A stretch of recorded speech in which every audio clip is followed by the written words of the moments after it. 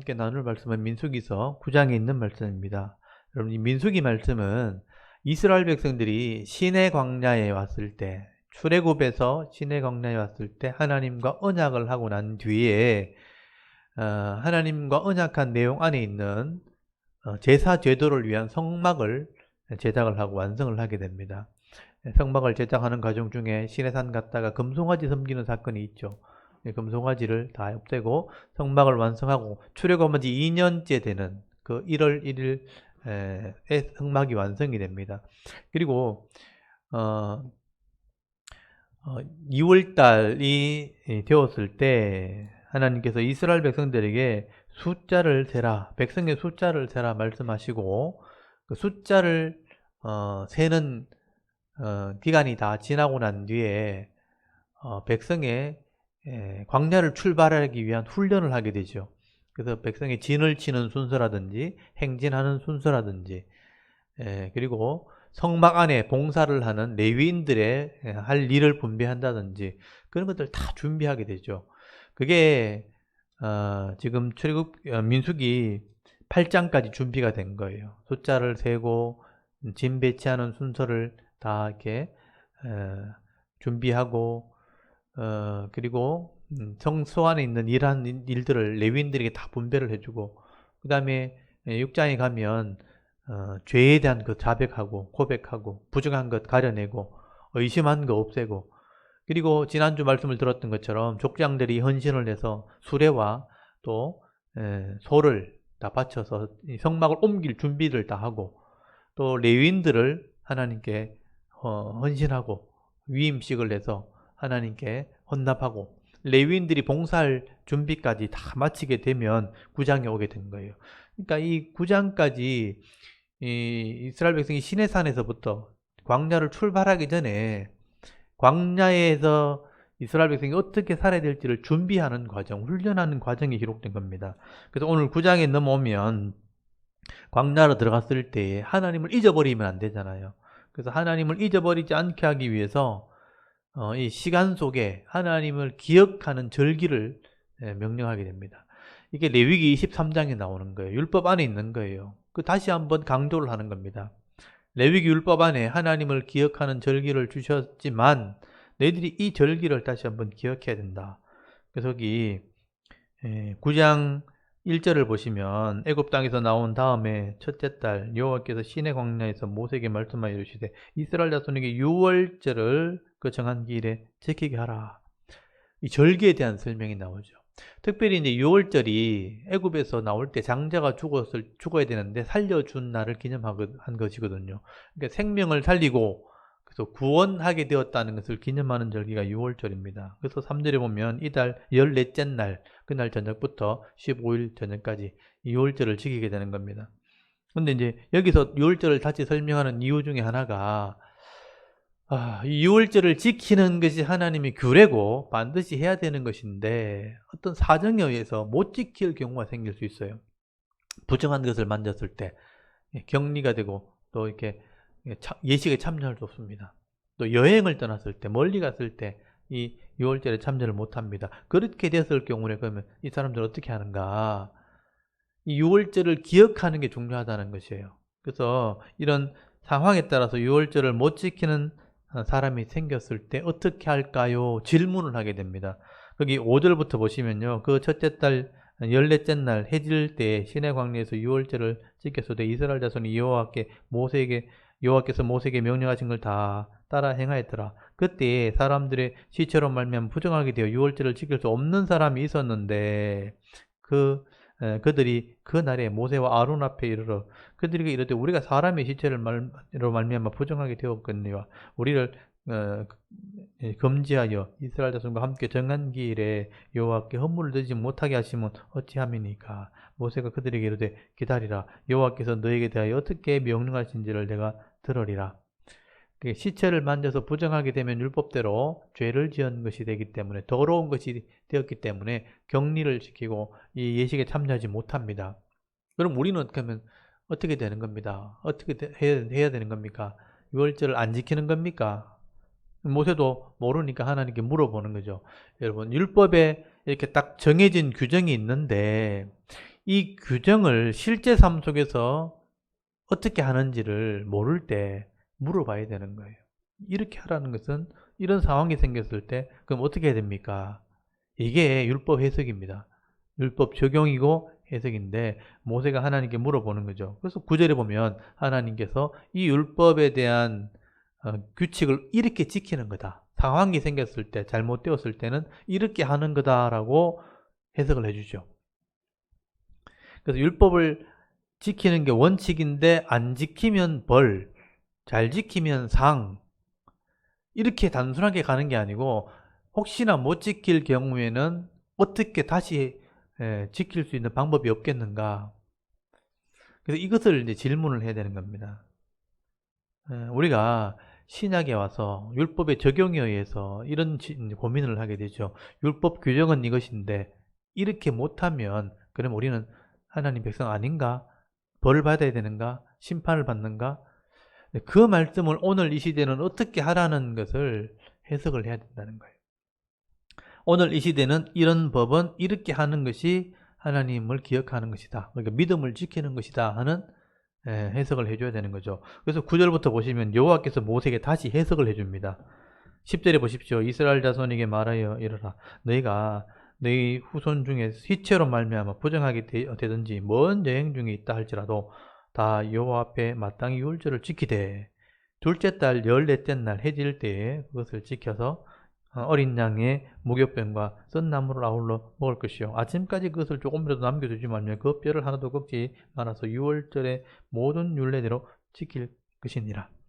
그러니까 1월 14일이 6월절을 지키는 규례인데 혹시나 못 지키면 2월 14일 날짜가 다르죠.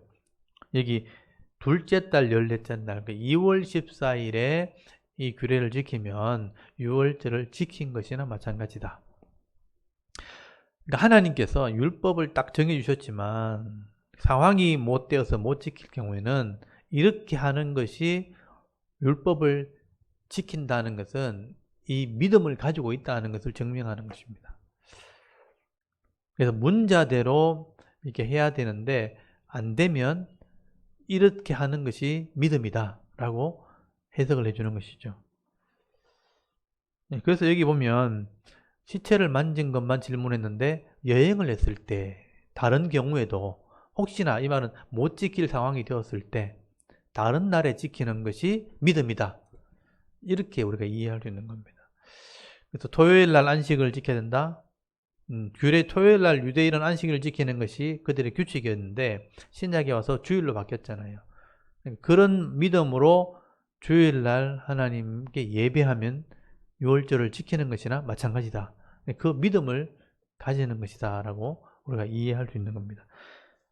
근데 13절에 보시면요. 그러나 사람이 정결하기도 하고 여행 중에도 있지 않으면서 유월절을 지키지 아니하는 자는 그 백성 중에 끊어지리니 이런 사람은 그 정한 기일에 여호와께 헌물을 드리지 아니하였은즉 그 죄를 담당할지며 라고 되어 있죠. 이런 상황이 아닌데도 불구하고 충분히 지킬 수 있는데도 불구하고 일부러 안 지킨다면 이건 믿음이 없는 거죠.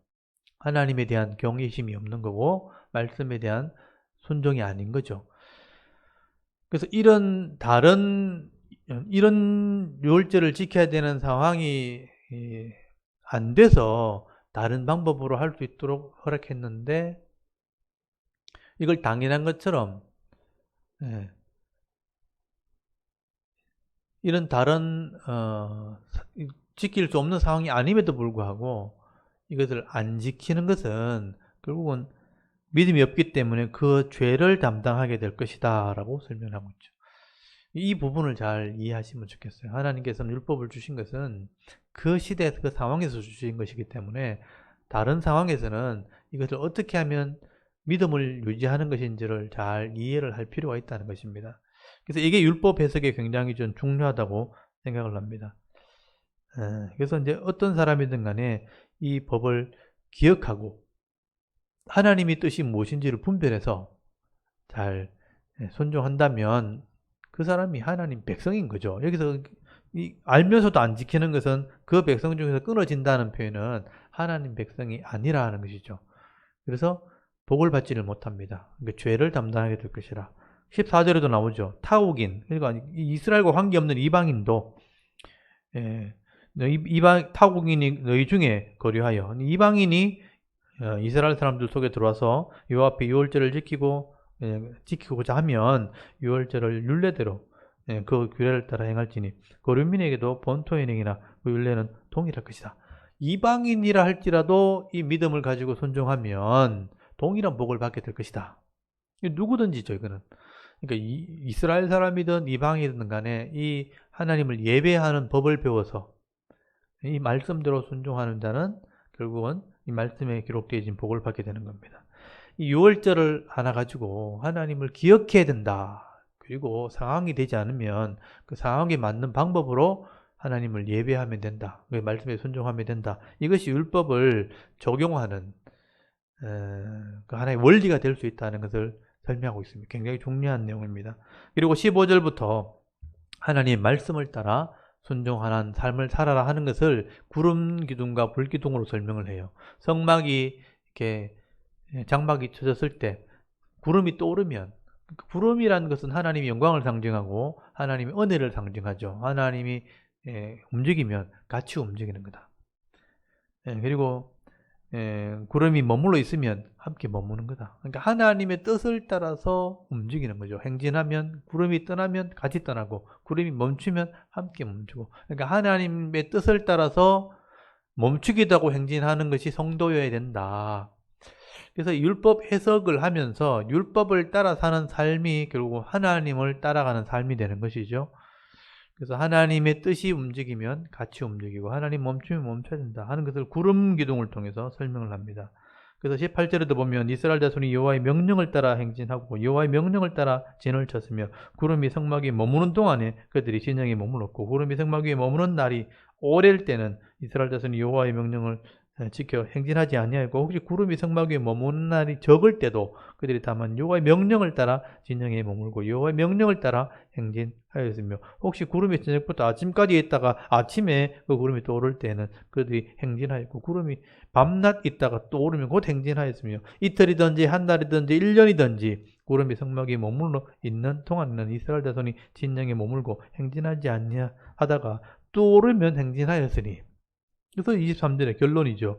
그들이 여호와의 명령을 따라 진을 치며 여호와의 명령을 따라 행진하고 또 모세를 통하여 이르신 여호와의 명령을 따라 여호와의 직임을 지켰더라. 명령을 따라 명령을 따라 명령을 따라 계속 강조하고 있죠. 그러니까 율법 해석이 이런 부분을 연결되어 있다고 저는 봅니다. 하나님의 율법이 허락하면 행진하는 것이고요. 하나님의 율법이 멈추게 하면 멈추는 것입니다. 그래서 명령을 따라 움직이는 것이 성도이다. 하나님 백성이다. 관계없으면 내 백성이 아니다. 하나님 은혜를 입지 못하게 되는 거죠. 그래서 이게 훈련이라고 봅니다. 9장에 이게 율법을 따라 또 하나님 말씀을 따라 해석하고 행진하는 성도가 되어야 된다라고 설명을 하고 있습니다. 오늘날로 적용하면 이 말씀이 깨닫게 하는 대로 공의를 행하고 정의를 행하고 삶을 살아가고 말씀이 멈추면 나도 멈춰야 되는 거죠. 그리고 10장에는 이제 행진하는 장면이 나옵니다. 성도들이 움직일 때 그 많은 성도들이 이스라엘 백성이 200만이나 되었기 때문에 대구 시민만큼 많아요. 그때 어떻게 움직이는가? 나팔 소리로 움직입니다. 그래서 나팔 소리가 성도들을 움직이게 하는 신호와 같은 겁니다. 그래서 하나님께서 10절에 보시면요, 모세에게 명령을 합니다. 언나팔 2개를 쳐서 만들어라. 그리고 이것들 소집할 때, 출발시킬 때 사용해라. 3절에 나팔 2개가 동시에 불려지면 온 회중이 회막문에서 내게로 나오라. 그리고 4절에 하나만 불면 천부장 또는 지휘관이 앞으로 나오라. 5절에 그 2개의 나팔을 크게 울려서 불게 되면 동쪽이 행진하라는 거다. 6절에 두 번째 크게 울려 불면 남쪽이 행진하는 거다. 그래서 나팔 소리를 잘 들어야 되는 거죠. 7절에 온 회중이 모일 때 나팔을 불어라. 대제사장, 거기 제사장이 이 나팔을 불도록 되어 있고요. 9절에 보시면 전쟁에 나갈 때, 대적을 치러 나갈 때 나팔을 불어서, 이게 뭐 나팔을 크게 불라고 되어 있죠. 이게 이제 나팔을 부는 방식이에요. 그래서 이제 나팔을 부는 방식이 크게 울려 부는 방식이 있습니다. 그렇게 울려 불면 행진을 하게 됩니다. 그리고 전쟁에 나가게 됩니다. 그리고 10절에 보면 희락의 날, 또 정한 절기에, 또 초하루에 번제물 들고 화목제를 드릴 때 나팔을 불어라. 절기를 지킬 때 이 나팔을 불게 됩니다. 그래서 나를 기억해라. 그럼 나는 하나님이 너희를 기억할 거다. 그게 9절 끝에도 보면 여호와가 너희를 기억한다. 10절 끝에도 너희 하나님이 너희를 기억한다. 이렇게 나팔을 불면서 그 나팔 소리를 따라서 행진하고 멈추기도 하고 절기를 지키고 전쟁에 나가기도 하고 이렇게 나팔 소리를 따라 움직일 때 하나님이 그들을 기억한다. 그래서 마지막 때도 나팔 소리와 함께 주님이 우리를 부르신다는 거예요. 이 나팔 소리가 하나님의 신호라는 거죠. 백성이 움직이는 신호입니다. 그래서 이런 훈련을 하게 되는 것이죠. 지금도 유대인들은요, 나팔을 붑니다. 절기가 되면 나팔을 불고, 또 이렇게 기도할 시간 되면 또 나팔을 불고, 이렇게 합니다.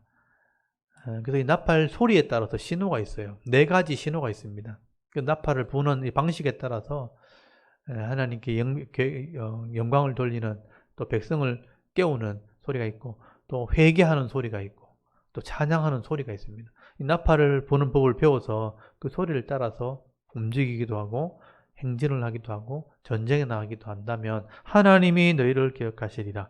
그래서 나팔을 가지고 백성을 움직였다 하는 겁니다. 그리고 11절에 보시면요.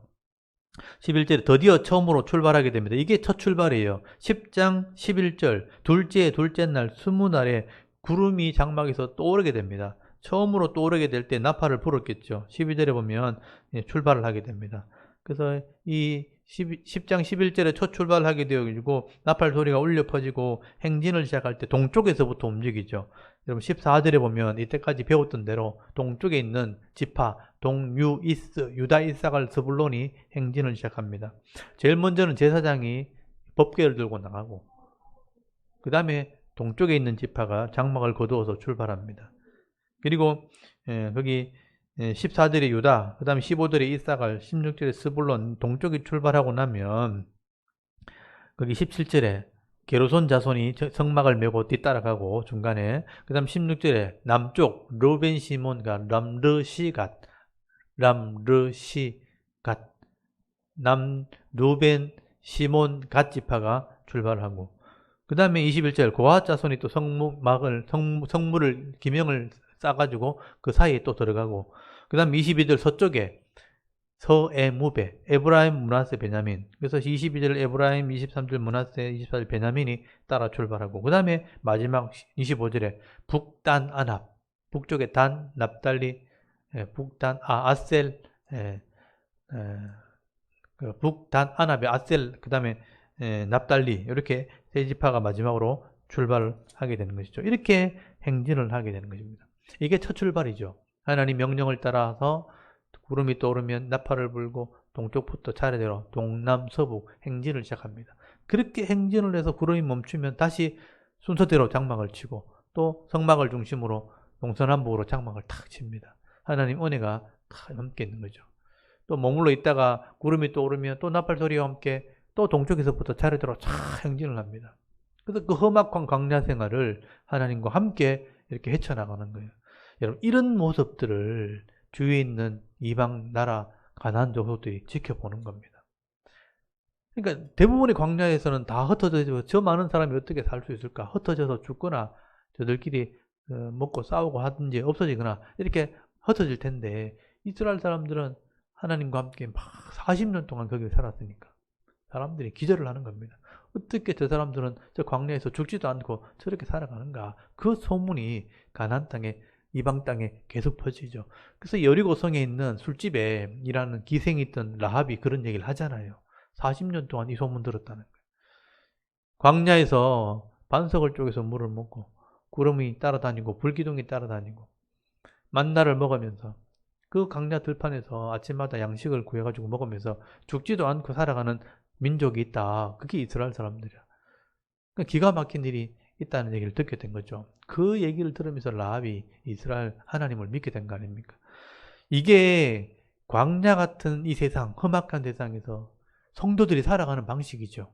하나님 명령을 따라 행진하고 멈추고 하나님 주신 것 누리고 나누고 섬길 때, 각자 일을 최선을 다할 때 이 세상에서 부족하지 않게 산다는 거예요. 그게 하나님 백성입니다. 훈련받은 백성이죠. 영적으로 훈련받고 육적으로 풍성함을 누리는, 그게 이스라엘 백성인 것처럼 오늘 이 시대 성도의 모습이 되어야 되는 겁니다. 그러니까 이 믿음으로 훈련받은 사람들, 말씀대로, 율법의 말씀대로 훈련받은 사람들은 절대로 이 땅에서 망하지 않는다는 거예요. 그게 광야 생활에서 보여주는 이스라엘 사람들의 모습입니다. 이방 사람들, 불신자들이 보면 놀랄 만한 그런 모습이라는 것을 말씀하게 되는 거죠. 그래서 10장이 첫 출발입니다. 그래서 출발하게 되는 장면이 나오고요. 그리고 29절에 보면 모세가 첫 출발하면서 자기 장인 호밥이라는 장인에게 함께 갑시다. 하나님이 복을 주실 겁니다. 하나님이 우리나라에 복을 준다 했으니 당신도 복을 받을 겁니다. 그래서 여기 30절, 31절에 보면 당신이 광야를 잘 아니까 우리의 눈이 되어 주십시오. 내비게이션이 되어 달라고, 안내자가 되어 달라고 합니다. 근데 이 호밥이 가지 않죠. 그렇지만 그 친족들을 따라 보냅니다. 나중에 보면 알 수 있죠. 그래서 거기 33절에 보면 그들이 여호와의 산에서 떠났다고 돼 있죠. 여호와의 산, 이 신의 산에서 떠나 3일 길을 갈 때 여호와의 언약궤가 그 3일 길을 앞서가며 그들의 쉴 곳을 찾았고, 그들이 진영을 떠날 때 낮에는 여호와의 구름이 그 위에 덮였더라. 이게 하나님이 명령에서 처음 출발하는 장면이죠. 그래서 모세는 이스라엘 백성과 함께 광야, 그 시내 산에서부터 시내 광야에서 광야로 출발하게 됩니다. 그리고 35절, 36절에 모세의 기도가 나옵니다. 떠날 때의 기도, 출발할 때 기도, 마침 기도, 도착했을 때 기도. 이게 이제 세상을 나갈 때 기도, 세상에서 돌아왔을 때 기도, 출발 기도, 그 다음에 도착 기도, 마침 기도입니다. 그래서 35절에 괴가 떠날 때 모세가 이렇게 기도했다는 거죠. 여호와여 일어나사 주의 대적을 흩으시고 주를 미워하는 자가 주 앞에서 도망하게 하소서, 이렇게 기도했다는 거죠. 우리가 하루를 시작하기 전에 하나님 일어나셔서 대적들을 흩으시고 우리를 미워하는 자를 도망하게 하십시오. 우리를 지켜주십시오 하고 출발한 거예요. 그리고 36절에 괴가 쉴 때, 돌아올 때 여호와여 이스라엘 종족에게로 돌아오소서. 하나님이여 내가 이제 집에 왔으니까, 장막에 멈췄으니까 우리에게 돌아오십시오 하고 기도했다는 거죠. 이게 기도하는 삶입니다. 하나님 대적들을 흩으시고 나에게 돌아오십시오. 이렇게 기도하면서 하루하루를 모세가 살았다는 거예요. 오늘도 우리가 그렇게 살아야 할 것을 말씀하게 되는 겁니다. 여러분, 이렇게 이스라엘 백성들은 광야를 출발하기 전에, 세상에서 일을 하기 전에 이런 준비를 했다는 거예요. 그래서 백성의 숫자를 몇 명인지 다 살피고, 그리고 행진하는 순서, 또 짐 배치하는 순서, 또 성막 안에서 레위인이 봉사할 일들 다 준비하고, 회개할 것은 다 회개하고, 의심을 걸 다 제거하고, 도부가 의심은 다 제거하고, 또 레위인들이 헌신되고, 또 지도자가 헌신을 하고, 옮길 소와 수레를 다 준비해서 이렇게 나팔 소리를 준비해서 이렇게 행진하게 되어질 때에 하나님이 함께하는 백성이 되었다라고 말씀을 하게 되는 겁니다. 이렇게 준비해서 광야를 이렇게 출발했으면 힘있게 승리하는 삶을 살아야 되는데, 여러분 11장부터 보시면 이제 연약함이 드러납니다. 하나님이 함께 하는 것 같은데 현실의 어려움도 있는 거예요. 그래서 막 원망하고 불평하는 일이 벌어집니다. 하나님을 온전히 믿지 못하고 의지하지 못할 때 견디지 못하고 원망하고 불평하는, 믿음이 없는 사람이 나온다는 거예요. 그 사람들 때문에 하나님이 또 징계하시는 징계가 나타납니다. 이게 불평과 불신앙과 징계가 따라오는 거죠. 그래서 11장부터 나오는 훈련했음에도 불구하고 연약한 자리 나올 때 어떻게 징계하시는가 하는 얘기가 11장부터 나오고, 이게 우리의 삶의 현실입니다. 신앙 현실. 이 부분인데 다음 주에 말씀을 나누도록 하겠습니다. 오늘 이렇게 10장까지 같이 낭독을 하고 어떻게 하나님과 동행해야 되는가, 그리고 어떻게 출발하게 되었는가 하는 얘기를 한번 낭독을 해보도록 하겠습니다. 민수기 9장, 10장 두 장 말씀을 우리 낭독을 하겠습니다. 우리 토라 손 꺼내놓으시고 한번 읽어보겠습니다. 민수기 9장. 애굽 땅에서 나온 다음에 첫째 달에 여호와께서 시내 광야에서 모세에게 말씀하여 이르시되 이스라엘 자손에게 유월절을 그 정한 기일에 지키게 하라. 그 정한 기일 곧 이달 14째 날 해질 때에 너희는 그것을 지키되 그 모든 율례와 그 모든 규례대로 지킬지니라. 모세가 이스라엘 자손에게 명령하여 유월절을 지키라 하며 그들이 첫째 달 14째 날 해질 때에 시내 광야에서 유월절을 지켰으되 이스라엘 자손이 여호와께서 모세에게 명령하신 것을 다 따라 행하였더라. 그때에 사람이 시체로 말미암아 부정하게 되어서 유월절을 지킬 수 없는 사람들이 있었는데 그들이 그날에 모세와 아론 앞에 이르러 그에게 이르되 우리가 사람의 시체로 말미암아 부정하게 되었거니와 우리를 금지하여 이스라엘 자손과 함께 정한 기일에 여호와께 헌물을 드리지 못하게 하심은 어찌함이니이까. 모세가 그들에게 이르되 기다리라. 여호와께서 너희에게 대하여 어떻게 명령하시는지 내가 들으리라. 여호와께서 모세에게 말씀하여 이르시되 이스라엘 자손에게 말하여 이르라. 너희나 너희 후손 중에 시체로 말미암아 부정하게 되든지 먼 여행 중에 있다 할지라도 다 여호와 앞에 마땅히 유월절을 지키되 둘째 달 14째 날 해질 때에 그것을 지켜서 어린 양의 무교병과 쓴 나물을 아울러 먹을 것이요 아침까지 그것을 조금도 남겨두지 말며 그 뼈를 하나도 꺾지 말아서 유월절 모든 율례대로 지킬 것이니라.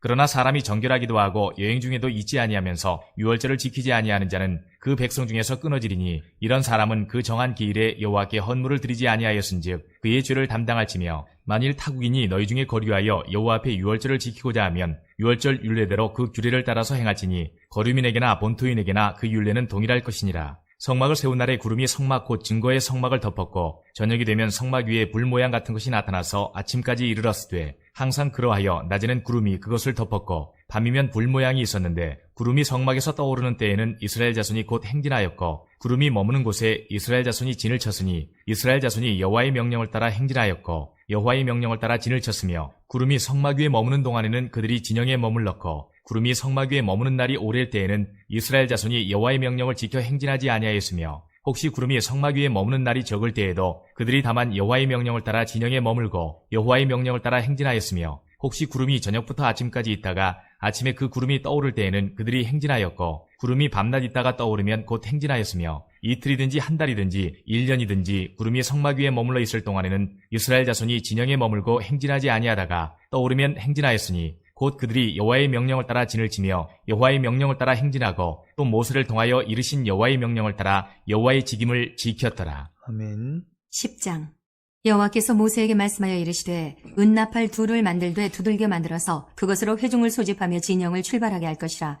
나팔 2개를 불 때에는 온 회중이 회막 문 앞에 모여서 내게로 나올 것이요 하나만 불 때에는 이스라엘의 천부장된 지휘관들이 모여서 내게로 나올 것이며 너희가 그것을 크게 불 때에는 동쪽 진영들이 행진할 것이며 두 번째로 크게 불 때에는 남쪽 진영들이 행진할 것이라. 떠나려 할 때에는 나팔 소리를 크게 불 것이며 또 회중을 모을 때도 나팔을 불 것이나 소리를 크게 내지 말며 그 나팔은 아론의 자손인 제사장들이 불지니 이는 너희 대대의 영원한 율례니라. 또 너희 땅에서 너희가 자기를 압박하는 대적을 치러 나갈 때에는 나팔을 크게 불지니 그리하면 너희 하나님 여호와가 너희를 기억하고 너희를 너희의 대적에게서 구원하시리라. 또 너희의 희락의 날과 너희가 정한 절기와 초하루에는 번제물을 드리고 화목제물을 드리며 나팔을 불라. 그로 말미암아 너희의 하나님이 너희를 기억하시리라. 나는 너희의 하나님 여호와니라.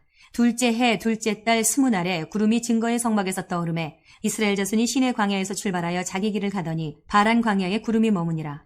이와 같이 그들이 여호와께서 모세에게 명령하신 것을 따라 행진하기를 시작하였는데 선두로 유다 자손의 진영의 군기에 속한 자들이 그들의 진영별로 행진하였으니 유다 군대는 암미나답의 아들 나손이 이끌었고 이사갈 자손 지파의 군대는 수알의 아들 느다넬이 이끌었고 스불론 자손 지파의 군대는 헬론의 아들 엘리압이 이끌었더라.